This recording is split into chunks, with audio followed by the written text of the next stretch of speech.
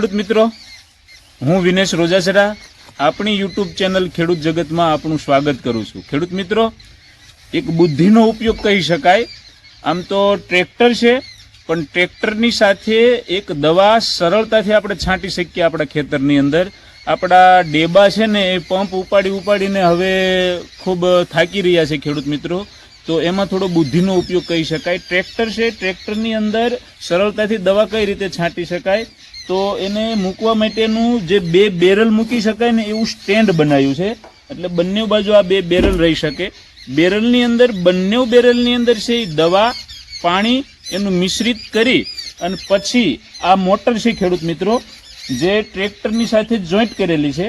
હવે આ મોટર છે એ સ્ટાર્ટ થાય એટલે આ નળી છે, આપણી નળી જેટલા મીટર તમે રાખી શકો એટલા મીટરની અંદર તમારા ખેતરની અંદર આનો છંટકાવ થઈ શકે અને ખૂબ સરળતાથી થઈ શકે। લગભગ એક જગ્યાએ ઊભું રાખો એટલે કમસે કમ 5 વીઘાની અંદર છે એ આનો છંટકાવ સરળતાથી થઈ શકે અને બહુ ઓછા સમયમાં થઈ શકે। માણસોની પણ ઓછી જરૂર પડે એટલે આપણે સમયનો પણ બચાવ થશે।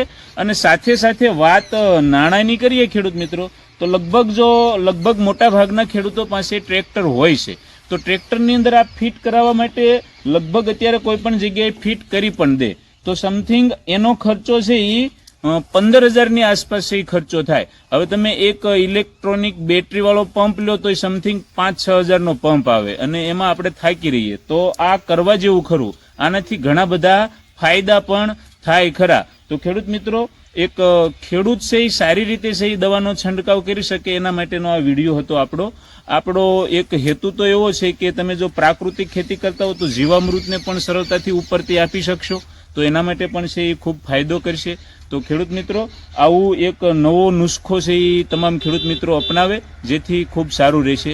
તો જો તમને આ વિડીયો ગમ્યો હોય ખેડૂત મિત્રો, તો અવશ્ય છે એ અમારી ચેનલની અંદર છે એ આ વિડીયોને લાઈક કરો અને ખૂબ વધારે ખેડૂતો સુધી છે આ વિડીયો તમે શેર કરો એવી અપેક્ષા સાથે ખેડૂત મિત્રો, આવતા વિડીયોમાં આપણે ફરી મળીએ। ત્યાં સુધી જય જગત।